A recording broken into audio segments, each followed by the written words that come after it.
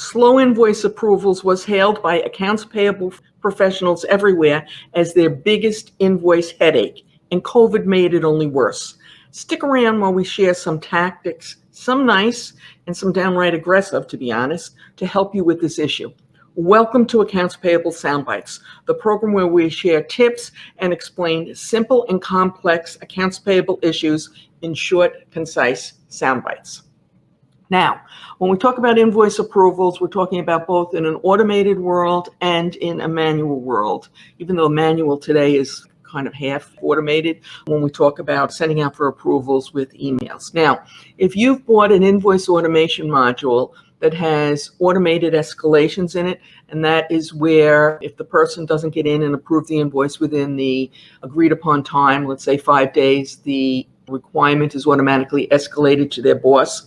If you think that was the silver bullet that was going to end this problem once and for all, well, you're in my boat, and we unfortunately were both wrong. It has not eliminated the problem, even though I thought, to be honest, that it would take care of it once and for all. So it helps, it might help a little bit, but we're not seeing the golden return, if you will, that I had at least expected from it. So yeah, automated escalations, if you're getting an invoice or accounts payable automation process, definitely have that feature included, but don't count on it to eliminate all your problems, because unfortunately, it didn't work that way. Okay, so what else can you do? The next thing that you can do, and this is a biggie, I've talked a lot of times about education being the cure for certain problems. And when it comes to getting people to approve invoices in a timely manner, this is one of them. So what you want to do is get your cutoff schedule and make sure you share it with everyone who has to approve invoices. So for example, if you do payments, let's say Friday at noon, and in order to be in Friday's payment run, you have to have that invoice by, let's say, noon on Wednesday, whatever it is. But for my example, we're going to say noon on Wednesday. Then publish that and make sure everybody knows that Wednesday noon is the cutoff. Okay, so that's one thing. Some companies also have had some success sending reminder notices. And so if the cutoff, again, using my example, is Wednesday at noon, maybe Wednesday morning at 9 or 10 o'clock, an email blast goes out from the AP manager, either to everyone in the company or everyone who might have an invoice that needs to be paid. That says something like, hey, if you have an invoice that needs to be paid, Mary Jane needs to have it by noon today. Something of that nature, okay? You may send it to everybody, or you may just send it to people who normally approve invoices. You'll have to determine that. Now, before we get to AP practices that you might have to change to get your approvers to act in a timely manner, I'd like to invite you to subscribe. It's completely private. You can unsubscribe at any time. And by ringing the bell next to the subscribe button, you'll be notified when we post new accounts payable content, which we do 2 or 3 times a week. And by the way, you don't need a YouTube account to subscribe. You can subscribe if you have a Gmail account, which is something new I didn't know. Okay, so now I want to talk about some changes that you should make to your standing operating practices, if you will, that will help get approvals a little quicker, or at least we hope they will. You know, all this is, by the way, you know, like a plan. Each thing helps a little bit. Some might not work in your organization. Some will work in your organization very well. So the first thing that you want to do is what I call get tough on rush payments. If somebody comes down, they have an invoice that has to be paid, they didn't get it in on time, and now they want you to do a rush payment, you want to get tough with them. I don't mean automatically saying no, because it's going to make a lot of enemies, but you want to have a conversation with them. You might even say, if they're always there, this is the last time that we're going to do this. Some companies also require a third signature, a second signature, and I'm going to talk more about that, so that if you normally have 2 signatures on an invoice in order to be paid, now you'll need 3. Okay, so just get tough with rush payments.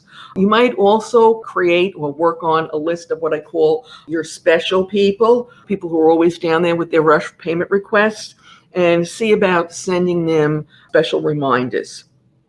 Now, if you discover, and this will only be in a few cases, but if you discover some of your employees have adopted the obnoxious practice, if you will, of automatically forwarding your reminders to either their junk mail or to a special folder, you might want to have a talk with them and or their boss. It's going to be hard for you to find that out, though. Sometimes the special folder, they have these emails put there so that they can go and look at them all at once and get all the approvals done at the same time, which makes a lot of sense, except if they never remember to go and look in the folder. So, they may have good intentions with that.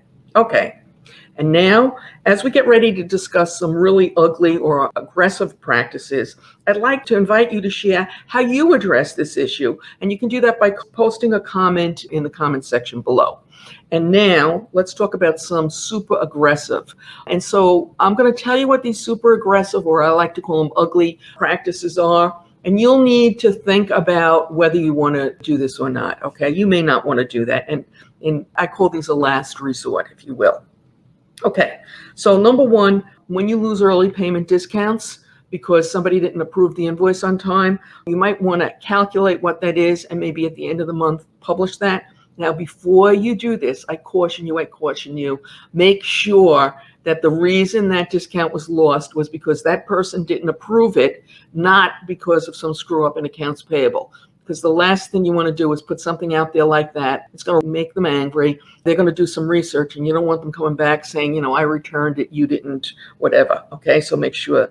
Along the same lines, another not so nice practice is to report late fees. Okay, so if you get charged late fees and you pay them, you might want to calculate them and again, report them by offending party. But again, make sure it's them and not you before you do it.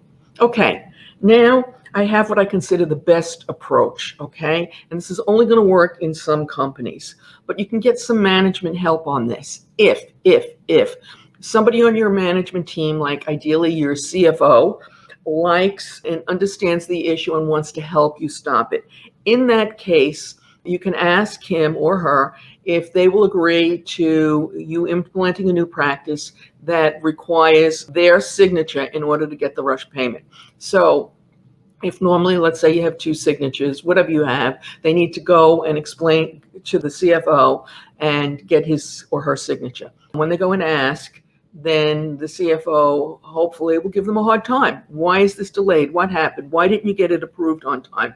And pretty soon, in fact, maybe even before you start, nobody wants to go and ask for this. So all of a sudden you may find better compliance, or these rushes that they were asking are not really rushes.